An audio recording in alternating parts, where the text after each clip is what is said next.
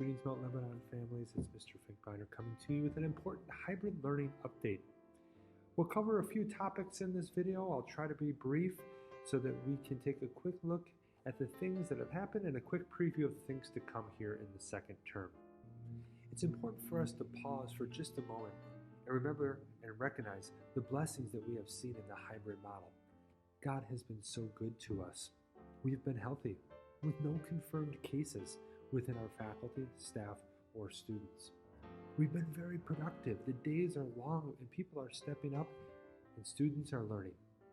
Our daily attendance is over 96%, despite the fact that we have students at home and in person.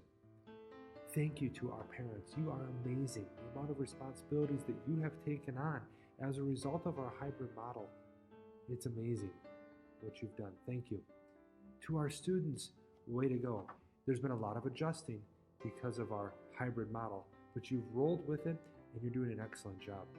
And of course, to our teachers who are now living and teaching in two worlds, thank you, teachers, for your countless hours preparing lessons and helping students both at school and at home. And all of the glory, of course, goes to God. It's His protecting and guiding hand that has allowed us to be so blessed over the first 5 weeks of hybrid learning. Mount Lebanon, because of this, is weeks ahead of many of the schools in the city as our team has already navigated both virtual and hybrid learning. Way to go, team. Please know, we're committed to communicating to you, our parents. It is inevitable that at some point there will be a case of the coronavirus amongst faculty or students. In those situations, we'll be sure to communicate to you promptly not only that news, but our response to that news and how it will affect our learning model. Our second topic is the second term. November 16th marks the first day of the second term, which means there's about 2 weeks left in this, the first term. We are asking that you please communicate to the front office if you are planning, and I know many of you are, to switch to in-person instruction in the second term. Please give the office a heads up. And again, like in the first term, we're asking if you are doing in-person instruction, please commit for the second term in its entirety. That means students would be in person until March 1st. If you're deciding to go at home, please be prepared to be at home in that model until the end of the second term, which is March 1st. Mount Lebanon's reopening plan is based on the CDC and the Milwaukee Health Department's guidelines for reopening. The guidelines from both of those organizations change as we learn more and more about the coronavirus. I want to give you an update on some screening changes that were released September 27th by the CDC. Some of them are the same. For example, a student with a temperature above 100.4 should be at home. The second one is a sore throat. If a student has a sore throat, they should be at home. Take a look at these last ones because they're slightly different. It's not just a cough, but a new, uncontrolled cough that causes difficulty breathing. Then a child should be home. And you see the additional information there for those who have asthma. The fourth here is diarrhea, vomiting, or abdominal pain. Those three symptoms, more so than some of the others like a runny nose, have been linked to the coronavirus. Finally, a new severe headache. What this means is a student who has a little tummy ache can still come to school, or a student who has a little headache can still come to school. It's those headaches with a fever that would be an indication that that child should be at home. If you have questions about these screening changes, please log on to the CDC websites for more background information. I want to take a quick moment in our next topic to talk about a student who is in person but at home sick or ill. This means that you're a scholar that normally comes to school, but on that day, you're home. If a scholar is too sick to come to school, he or she should definitely be resting at home. If an in-person scholar is well enough to be online, he or she should probably be in school. A student who is homesick really should not be staring at a screen. That is not the expectation for students who are homesick. Of course, absences can always be excused with a doctor's note. And if you have more questions or need information about the attendance policy, you can always go to the 2021 Parent Handbook at our website, themountmke.org.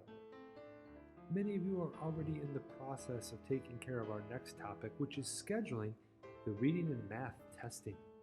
If you are an at-home learner, we're asking you to come to school for about an hour, maybe two, to make sure that you're taking care of some tests. Those are the MAP test and the STAR test. These tests greatly impact your teacher's educational planning for the next term. They help us identify strengths and gaps so that we can plan lessons to address those. These tests also greatly impact grade promotion and retention. And for our middle school students, these test scores are used for high school admission. Please make sure if you have not already scheduled that test to reach out to the Dean of Students at your child's campus. Our next topic is busing and aftercare. First, I want to thank families who took the time to complete the online survey regarding busing and aftercare. And a special thank you to those of you who took our phone survey so that we could get some information about your feelings regarding busing and aftercare. After both surveys, it has been determined by the school board that busing and aftercare will not begin in the second term. We have seen increasing cases throughout Wisconsin, and because of those increased cases, the school board has determined it's best to continue to postpone busing and aftercare. We also realize that it's just not possible to maintain the bubble in aftercare on the bus. Inevitably, in both of those places, students from different grades will be mixed together, and the bubble will break. You, our survey responders, also said that if the bubble is broken in busing and aftercare, you're not comfortable with your children participating. We also recognize that a vast majority of our families who desire in-person instruction have found solutions to aftercare and busing issues. They've partnered with another family in a school or asked one of their family members to pick their children up and watch them after school. Thank you for being willing to be flexible and find those alternative solutions. If you're disappointed about busing and aftercare, and you're in a situation where a lack of busing and a lack of aftercare are preventing your children from returning to school, please contact the office and let's work together to see if we can find a solution. Thank you for your time. I'd like to close with Joshua 1, chapter 9. Have I not commanded you? Be strong and courageous. Do not be frightened and do not be dismayed, for God is with you wherever you go. There are a lot of things that can cause us to be frightened and dismayed these days.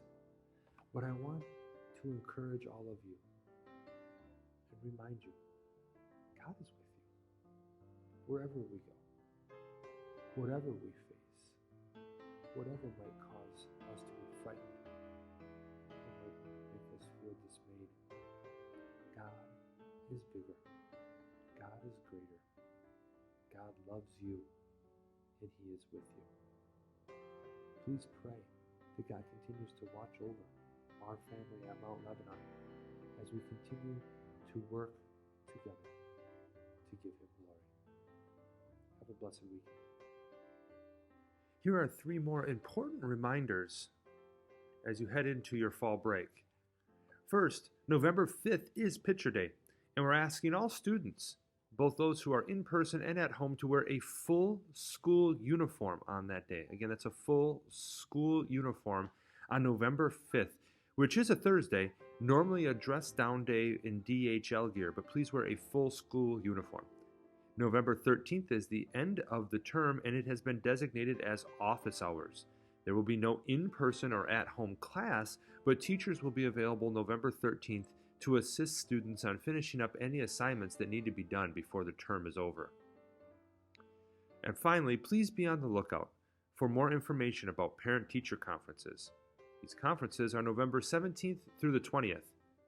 Communication regarding the format will be coming. If you have any questions, of course, reach out to the office at any time.